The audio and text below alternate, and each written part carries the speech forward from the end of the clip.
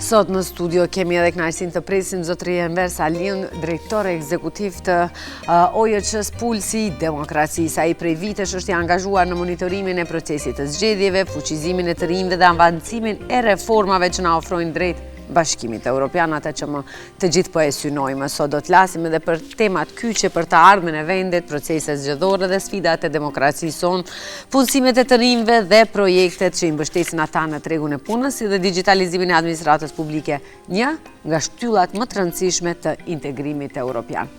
Mirë se erdhët dhe faleminderit që jeni sot me ne. Ju faleminderit për ftesën. Ishte një periudhë, ndoshta një vit ose më shumë që kam pauzuar. Dhe është, domethënë, prej ekraneve televizive. Ne kemi nderin sot. Duke pasur edhe disa angazhime të tjera, kështu që e kam nderin që jem në studion tuaj, që gjithmonë e di kam qenë mirë se ardhur dhe kemi pas ftesa, domethënë, të pandërprera për të marrë pjesë. Dhe ju përgëzoj për punën që e bëni, për të informuar qytetarët sa më shumë për gjitha aktivitetet që të ndodhin, domethënë, në këtë shoqëri në Republikën e Maqedonisë së Veriut. Ju faleminderit, është kënaqësi. Do fillojmë me pyetjen e parë se si ju e vlerësoni procesin zgjedhor të fundit dhe cilat mendoni se janë pikat ku sistemi ynë demokratik ka më shumë nevojë për përmirësime, sepse në sa raste thuhet se kemi sistem demokratik, ndërsa ndonjëherë e shohim se është i imponuar. Se si ka qenë procesi i fundit zgjedhor dhe ku duhet të përmirësohemi ne si shoqëri?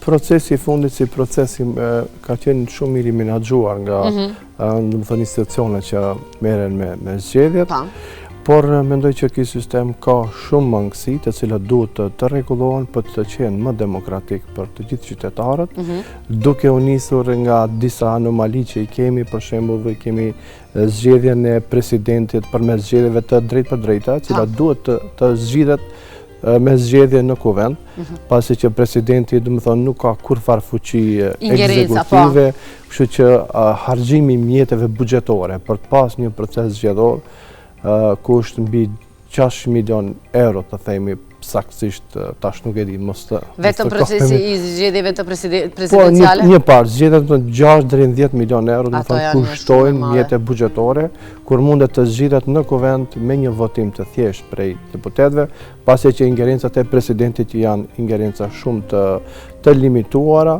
dhe me pa kurfar, domethënë, ingerenca ekzekutive, kështu që mendoj që ndryshimi i kodit zgjedhor në të ardhmen duhet të përmbaj këtë. Masandej kemi reklamimin e paguar politik, i cili mendoj që është i padrejt dhe i favorizon partitë më të mëdha politike. Ata kanë më shumë buxhet, po? Po, ata domethënë shfrytëzojnë diku 90% të buxhetit, që është 3.6 milion euro të buxhetit të shtetit për reklamim politik, ku reklamon edhe portale të dyshimta, portale që nuk kanë kurfar impresum, nuk kanë, domethënë, staf profesional. Jo, janë të paraqitura. Mirë, po nuk dihet. Por nuk i plotësojnë kushtet minimale, me ligjin për mediume, domethënë, është tentuar që kjo të rregullohet, por ligji për mediume nuk është i harmonizuar me kodin zgjedhor në zgjedhjet e fundit, ndoshta rastësisht, ndoshta qëllimisht partitë politike më të mëdha kanë lënë hapësirë që të financojnë portalet e tyre që bëjnë, domethënë, propagandë për këto parti politike, kështu që shpresoj që në zgjedhjet e ardhshme kjo të rregullohet. Ndoshta edhe opinioni publik duhet më shumë për këtë punë të bëjë një trisni që kjo gjë të rregullohet, që mos të shpërdoren mjetet buxhetore për qëllime të tilla, pasi që në anën tjetër partitë politike kanë edhe financimin e rregull shtetëror. Tash edhe, domethënë, edhe financimi përmes reklamave është, domethënë, një problem që i favorizon shumë partitë më të mëdha, kurse i defavorizon ata kandidatë të pavarur të cilët janë. Sepse ata nuk kanë qasje, domethënë, për të reklamuar, sepse e dim që... Dhe normal askush nuk mund të ketë një urim. Gjitha mediumet i ftonin në debate, por se reklamimi politik ka ndoshta një peshë më të madhe tek qytetarët. Mandej nëse me lejoni pak më shumë do flas edhe për çështje tjera, domethënë, zgjedhja e kryetarit të komunës, edhe domethënë është një proces i dyfisht. Pas zgjedhjeve të këshilltarëve, mendoj që ajo duhet të jetë përmes këshillit komunal, përmes këshilltarëve, nga ana e këshilltarëve komunal. Të zgjedhet kryetari. Po, të zgjedhet njëri prej tyre kryetar. Qëllimi është sepse kryetari i komunës, nuk ka kurfar përgjegjësi dhe është shumë vështirë që të ndrohet, përveç nëse jep dorëheqje, kështu që kur të zgjedhet nga ana e këshilltarëve, atëherë këshilltarët të cilët ndoshta përfaqësojnë më së afër me popullin dhe partitë e ndryshme politike dhe shtresat e ndryshme, mundet që në një moment të caktuar kur kryetari nuk i realizon politikat e qytetarëve, ata që i kanë premtuar të gjithë qytetarët, jo vetëm kryetari, pasi që shohin ai që zgjedhet kryetar i realizon vetëm politikat e tij dhe partisë të cilët i përket. Ai i përket. Po, kurse kur këshilltarët do të mundet, që ta heqin nga pozita kryetar, që ta bëjnë ndrimin e tij, atëherë do jetë realizim i interesave të gjithë qytetarëve. Po, sepse këshilltarët normalisht përfaqësojnë zërin e qytetarëve. Po, zërin e qytetarëve, sepse vinë nga partitë të ndryshme, vinë nga lista të pavarura. Kështu që do të jetë në rrezik dhe do të jetë, më vigjilent dhe do të mundohet që të plotësoj, të gjitha kërkesat që kanë qytetarët dhe do jetë më transparent me grupet e një ndryshme fjalë politike. Masandej kemi edhe mendoj që duhet të ketë edhe kufizim të mandateve zgjedhore, sepse është problematik kjo në Maqedoninë e Veriut, kemi kryetar komune me 4, ndoshta edhe më shumë mandate, nuk e kam lëmtuar saktë, me 4 mandate sigurt, ose deputet me 4 mandate. Nuk i jepen hapësirë të rinjve. Po, duhet të jetë hapësirë, qytetarëve të tjerë, sepse kështu në këtë mënyrë jepet hapësirë vetëm personave të njëjtë, persona të cilët janë në pushtet dhe shfrytëzojnë pushtetin që të fitojnë prapë dhe një mandat, sepse nuk mundet një person që është pa bagazh institucional ose pa një bagazh që ka realizuar për qytetarët diçka, sepse nga pozita e qytetarit e thjesht nuk mundesh ta realizosh, kështu që bëhet një ngjarje pa barabartë dhe mendoj që për demokratizim të vendit duhet të kemi, një limitim të 2 mandateve dhe që është më e rëndësishmja, ata që të gjithë e proklamojmë, duhet të kemi lista të hapura zgjedhore, ku qytetarëve duhet të jepin 3 ose 5 opsione për të zgjedhur që të mundet të renditen, njerëzit që janë më profesional, jo këto që ne ofrojnë partitë politike, personat e njëjtë, personat pa kurfar bagazhi profesional, dhe rezultatet të gjithë i shohim se çka kemi arritur ose cilat janë arritjet tona, pa ndonjë bagazh profesional ose pa ndonjë përvojë të tillë, është iluzore të presim që të kemi rezultate më të mira për qytetarët. Sa jemi optimist se për një të ardhmen të shkurtër do kemi edhe ne lista të hapura? Po, sepse ajo më do fletë ndryshe, aty gjëra do jenë ndryshe kur kemi veç se lista të hapura, do e dim saktësisht cili person ka më shumë... Po ne kemi filluar një iniciativë me 2 shoqata tjera, me shoqatën BITS dhe me shoqatën Eurothink, një iniciativë të tillë dhe kemi qenë në bisedime për këtë iniciativë te kryetari i Kuvendit, por nuk kishte vullnet nga ana e partive politike, sepse kryetari i Kuvendit nuk e përfaqëson veten e tij, po sigurisht është konsultuar me partitë. Po besoj që këto ditë ne do ta fillojmë këtë punë dhe pavarësisht vullnetit të tyre ne do të kërkojmë që të kemi lista do marrim një iniciativë, e cila iniciativë do të jetë më e gjerë dhe do të përfshijë më shumë faktorë tjerë dhe organizata, do bëjmë thirrje të na bashkangjiten në mënyrë që kjo shoqëri të demokratizohet, nga faktori ndërkombëtar kishte gatishmëri që të përkrahet kjo iniciativë përmes ndonjë projekti, por ky që është vullneti politik i katërshës më të madhe, sepse duhet 80 vota të ketë në kuvend dhe kështu që pa vullnetin e tyre ne mundemi vetëm të proklamojmë një projekt ose të bëjmë biseda, të dëshirojmë, të kemi dëshira, por përfundimi nuk mund të realizohet pa vullnetin e tyre. Ku jemi të organizata qeveritare, morët sapo na thatë se keni marrë iniciativa të ndryshme, jeni pro ndryshimeve për të mirën e qytetarëve, të cilat normalisht ndihmojnë në transparencën dhe edukimin qytetar. Cili është roli i organizatave qeveritare në transparencën dhe informimin, edukimin qytetar, pikërisht gjatë zgjedhjeve, sepse ka qytetarë të cilët ndoshta edhe nuk i din rregullat kryesore të drejtat e tyre elementare. Sa ju përket zgjedhjeve? Po, ne do të thënë si organizatë qeveritare proklamojmë këto vlera, do të thënë, për demokracinë, për zgjedhjet, për do të thënë kyçjen e rinisë në proceset vendimarrëse në komunë. Kemi një do të thënë bashkëpunim shumë të mirë me komunën e Kumanovës, prej ku dhe gravitojmë, po dhe bashkëpunim me të gjitha institucionet tjera, por nuk jemi të kënaqur me ata që sa ka fonde eksplicite për këtë qëllim, sepse gjitha fondet që janë një thirrje për realizimin e aktiviteteve të caktuara në mënyrë paraprake. Do të kishim dashur edhe këtu të kemi fonde sikur në Republikën e Kosovës, siç është demokracia në veprim, sepse ata si OEQ monitorojnë të gjithë procesin zgjedhor. Dhe ndoshta ky bashkim i disa shoqatave do të bindë edhe donatorët e huaj që edhe ne në atë mënyrë ta monitorojmë procesin zgjedhor, sepse ai proces është i kushtueshëm dhe është paksa më i madh, nuk është se vetëm monitorimi ndonjë komune të caktuar. Kështu që edhe në Kosovë rastisht i njëjtë, atë janë bashkuar shumë shoqata në një subjekt si është demokracia në veprim dhe përmes asaj ata i monitorojnë zgjedhjet. Kështu që tena kjo është e limituar, mendoj që ishte në të kaluarën nga disa OEQ, nga civili dhe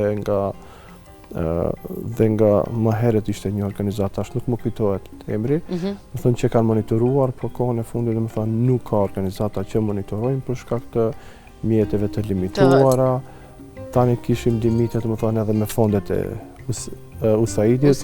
Po, fondet shtetërore që janë për organizatat janë, mendoj që janë të planifikuara në mënyrë shumë të keqe, për atë se kemi fonde shumë të vogla dhe fonde që favorizojnë vetëm se organizatat të cilat strukturat politike i kanë si të vetat, nuk ka kurfar transparence, nuk ka kriteriume, bile në disa thirrje kishim vë disa analizat të vogla, ku kushtet janë për shembull të kenë aktivitete në 3 vitet e fundit, mjete buxhetore fitojnë organizata që janë formuara para një muaji ose para disa ditëve para se të hapet, thirrja, pa plotësimin e kushteve, pa web faqe, pa kurfar aktivitete, edhe pse si kriteriume për të zgjedhishin gjitha këto aktivitete. Kështu që mendoj që dialogu i qeverisë së bashku me organizatat qeveritare duhet të ketë një vendim sa më shpejt që të mundet këto mjete buxhetore të menaxhohen nga organizatat jo qeveritare, të cilat do të zgjedhin se cili do të jetë ekipi që do të bëj për zgjedhjen e organizatave, dhe mendoj që buxheti shtetëror duhet të jetë shumë i lartë, pasi që është simbolik, diku me mjete nga 300.000 deri në 600.000 denar nuk mund të financohet asnjë projekt, po besoj që në të ardhmen do ndryshojnë këto. Gjatë rrugtimit tonë në BE do të jenë edhe si kushte që elementare të rriten edhe fondet edhe të jepet hapësirë më e madhe OEQ-ve si një korrektor i politikave. Po problemi është edhe moskyqja e organizatave qeveritare që janë të profesionalizuara për limit caktuara në sjelljen e ligjeve, pasi që e dim se procesi i sjelljes së ligjeve bëhet në shumë raste pa debate publike, pa i konsultuar profesionistët dhe sillemi në një rreth vicioz çdo herë dhe kthehemi prap të bëjmë reforma në shumë raste, kështu që kjo sjell shumë probleme për shtetin dhe do të një ngecje drejt Bashkimit Evropian. Drejt Bashkimit Evropian, ajo që më së shumti po na takon është ikja e të rinjve. Ti fokusohemi pak projektit për punësimin e të rinjve, cilat janë sfidat më të mëdha me të cilat ballafaqohen të rinjtë në tregun e punës sot. Dëmë thënë, ne kishim një projekt të financuar nga Bashkimi Evropian dhe i financuar nga rjeti GRC për punësimin e të rinjve nga Kumanova, ku kishim një grup të rinjve të cilët i kemi trajnuar, dëmë thënë, për aftësitë e tyre digitale dhe aftësitë tjera për punë, si të kenë një intervistë, si të punësohen. Fokusi ishte më shumë që të aftësohen për vetë punësim, dhe dëmë thënë 5 nga pjesëmarrësit që ishin në trajnimet tona kanë filluar edhe dëmë thënë kanë fituar grante për vetë punësim dhe kanë filluar biznesin e tyre. Jemi të kënaqur që në këtë mënyrë dëmë thënë kemi detyruar të rinj dhe kemi mësuar se si të aplikojnë dhe në cilën sferë dëmë thënë të drejtohen, por si sfidë më e rëndësishme është digitalizimi, sepse mos njohja dëmë thënë, disa, dëmë thënë, si të themi, platformave digitale, ose mos pasja aftësive digitale të të rinjtë është një problem në ditën e sotit, pasi që të gjitha punë që i bëjnë duhet të janë, dëmë thënë, të ndërlidhura me këto aftësi, të cilat të rinjtë nuk i posedojnë.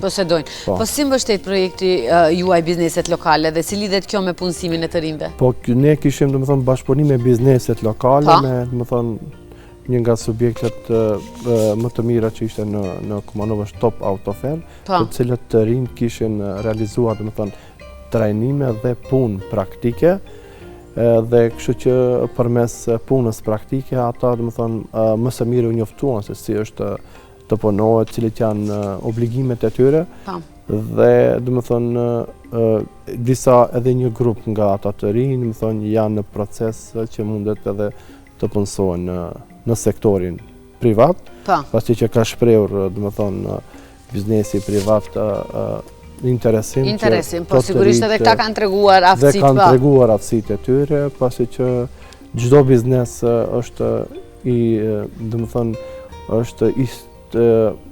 është hendikepuar nga mospasja e punëtorëve dhe ikja e tyre në mërkim, kështu që me dërgimin e këtyre të rinjve, dhe më thënë, ata ishin të kënaqur dhe shprehen dëshirë që... Tu doja të ndalem, keni pasur ndonjë rast konkret ku të rinj kanë dalë të kënaqur apo profitabil nga ky projekt? Po kishim edhe disa podcaste me 3 nga ata të cilët kishin, dhe më thënë, kishin filluar bizneset e tyre dhe ata janë shumë të kënaqur, dhe më thënë, me këtë që është realizuar ky projekt, pasi që para se të realizohet të njëjtit nuk kishin kurfar vullneti për të punësuar dikun, ose nuk kishin aftësi, ose dhe më thënë nuk e dinin se si të aplikohet në një vend pune, si bëhet intervista. Me një fjalë edhe s'kanë qenë edhe të informuar. Po, nuk kanë qenë të informuar dhe mos informimi dhe ndoshta procesi arsimor me metodat të vjetra kanë ndikuar që ato të mbesen në atë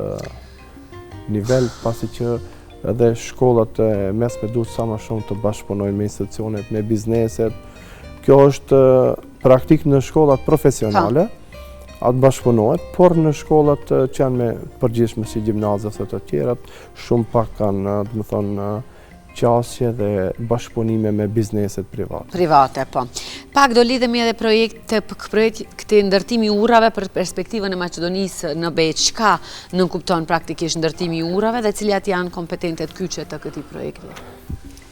Ky projekt, do thonë, u realizohet gjithashtu me financim nga Bashkimi Evropian, ku ne kishim në fokus gazetarët lokal dhe informimi i tyre për kapitullin 23 dhe kapitullin e 10, kapitullin 23 cilë është përgjithësi dhe drejtësi, dhe kapitullin e 10 që është digitalizimi, ku realizuam disa punëtori për të aftësuar, dhe më thënë, gazetarët, se si duhet të njohin, dhe më thënë, këto kapituj dhe çka përmbajnë këto kapituj.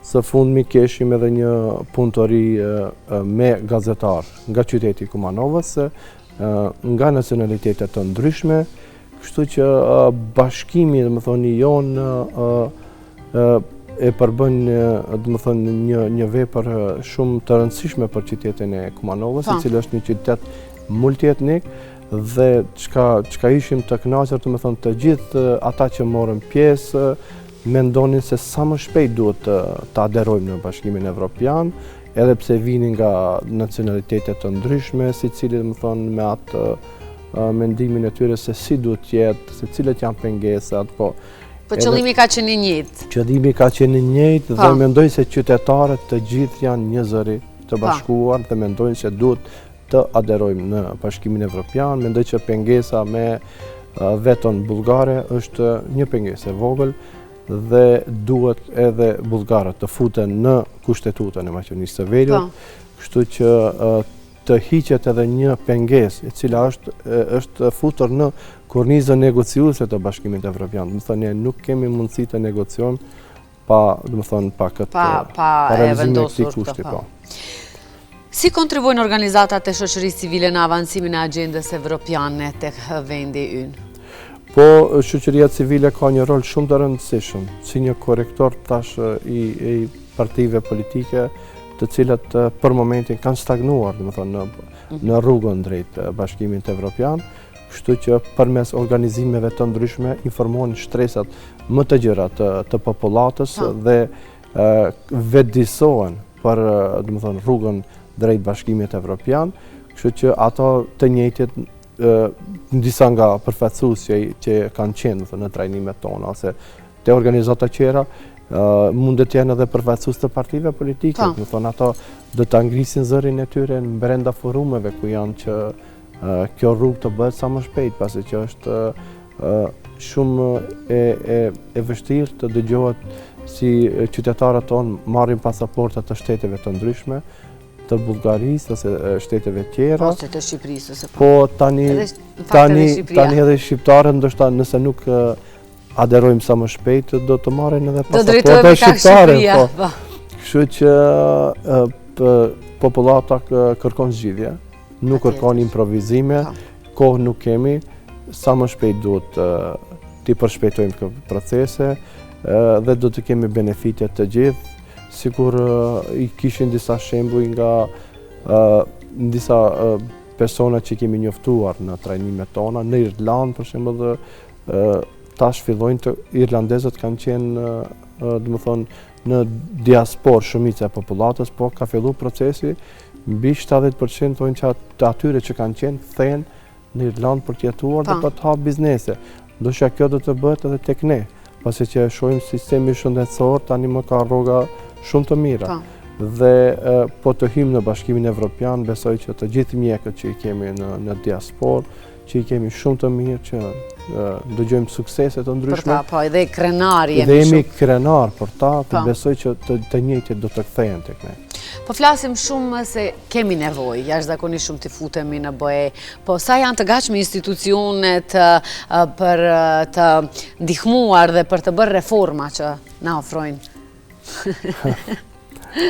Po të gjithë e dim se ku jemi me reformat, se kemi një ngecje në sistemin gjyqësor.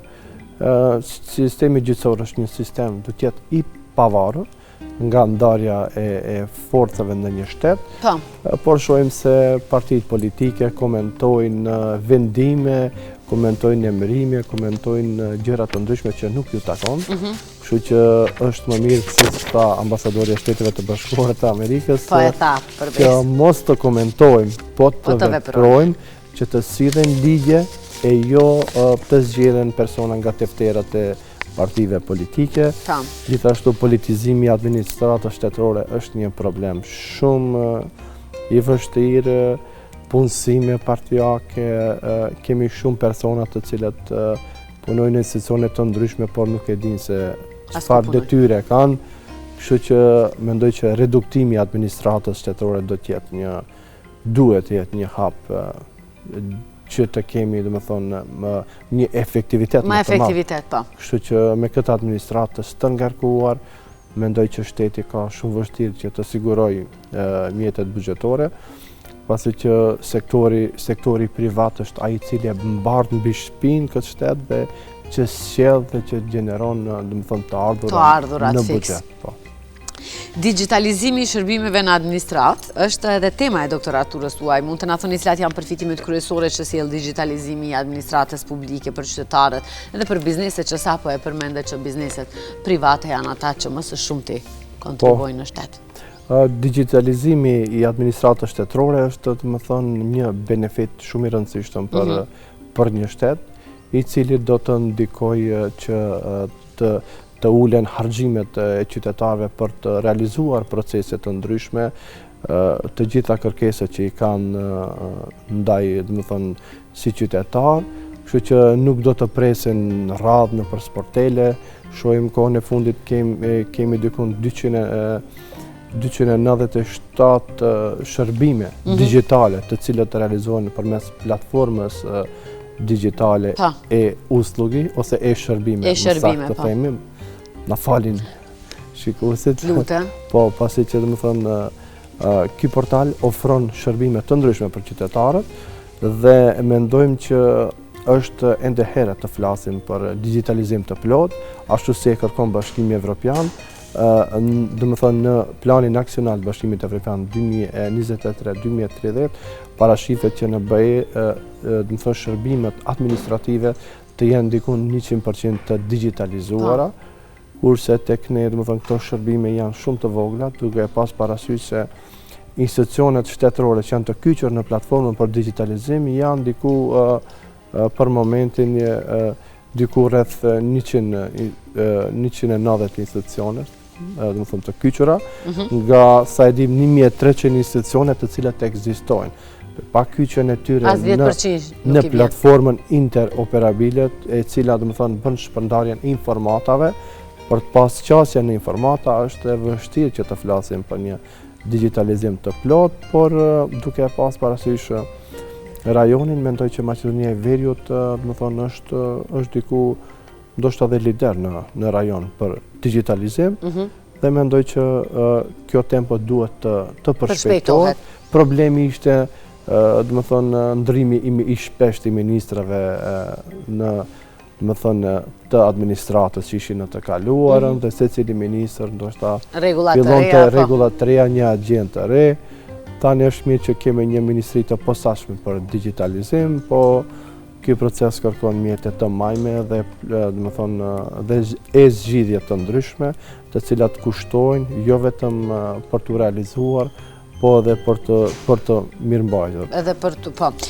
Dhe për fund, pasi që jemi në fund të emisioni, sepse kaluan shumë shpejt minutat pa ndjerë, a jemi ne gati si shoqëri për një administrat plotësisht digjitale dhe cilat hapa urgjent të parat duhet të kërkohen?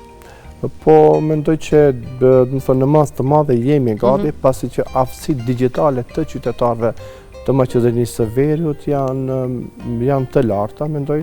Mbi 70% të qytetarëve kanë aftësi digjitale. Problem paraqet vetëm se popullata më e vjetër, tek të cilët për popullatën më të vjetër kemi disa pika të cilët janë, të them në gjuhën maqedone, tash nuk kujtohet si ta them, domethënë една točka uslugi, të cilët qytetarët mund të shkojnë në ato pika dhe të realizojnë domethënë kërkesat e tyre përmes kontaktit fizik. Vend aktual. Po, këto pika janë apostrofa të krijuara për qytetarët që nuk kanë aftësi digjitale dhe mendoj që duhet të investohet më shumë në procesin edukativ arsimor dhe në programe të veçanta për të aftësuar edhe më shumë qytetarët me aftësi digjitale, ndoshta edhe popullata më e vjetër të aftësohet, ata të cilët janë të interesuar. Përveç kemi edhe nga popullata e vjetër që janë mjaft të shkatët me internetin, me kompjuterin. Po, për atë them ato që janë të interesuar, ose ka dhe që janë vetëm që të informuar, kështu që mirë është të ekzistojë edhe domethënë ky shërbim ndaj qytetarëve, sepse digitalizimi 100% besoj është iluzor dhe nuk mundet të realizohet, edhe pse Estonia si shtet model është për digitalizim. Aty flitet për diku 99% që është digitalizuar. Asa ta se ka 100%. Po besoj që nuk është edhe aq. Ne ta arrim 50%, do e kemi besoj mjaft. Sepse tani nga numrat që i dëgjuam, jemi as 10%, po të arim një herë 50%, shim pastaj gradualisht ndoshta mund të arim. Ndoshta të shojmë në të ardhmen edhe kemi limitim edhe të mjeteve bugjetore, shojmë dhe thënë për kriza që i kemi si shtet, sfida që i kemi, po të kishim bugjet nuk dhe të kishte dhe thënë nevoj për të marrë hoa nga shtetet të ndryshme, kështu që ndoshta para se të fillojmë emisionin bisedonim për trafikun, kaosi që është bërë. Tani po. Ndoshta me këto dënimet e reja, shteti mendon nga ne do të mbushet buxheti. Fatkeqësisht nuk ka njeri nga ne që nuk ka marrë nga 1, 2, 3 apo 4 porosi të tilla, duhet sa më shumë që të jemi të vetëdijshëm. Problemi do të jetë kur do të fillojnë, më thonë, të realizohet ky projekt. Përveç nuk e di, do ketë shumë kaos të madh. Do të jenë, më thonë, të dëmshme për qytetarët, por do punojmë për ato dënime. Duhet të mësojmë të respektojmë, do të thonë, rregullat, sepse ligjet dhe kushtetutat dhe të gjitha rregullat tjera duhet të respektojnë, bëse jemi qytetar të ndërgjegjshëm, kështu që duhet të mësojmë. Faleminderit shumë. Ishte kënaqësi ju kemi në studio, ishte kënaqësi të informohemi për këto tema kaq delikate, të cilat janë të nevojshme që njerëzit të vetëdijsohen, të ndërgjegjsohen dhe të informohen mjaftueshëm. Ne ju presim në studio padyshim për gjithçka që keni të re për të promovuar dhe për të informuar gjithashtu shikuesit tanë. Ju faleminderit shumë dhe ishte kënaqësi edhe imja që të jam prezent në këtë studio dhe do të jemi gjithmonë të gatshëm të përgjigjemi ftesës. Ishte kënaqësi.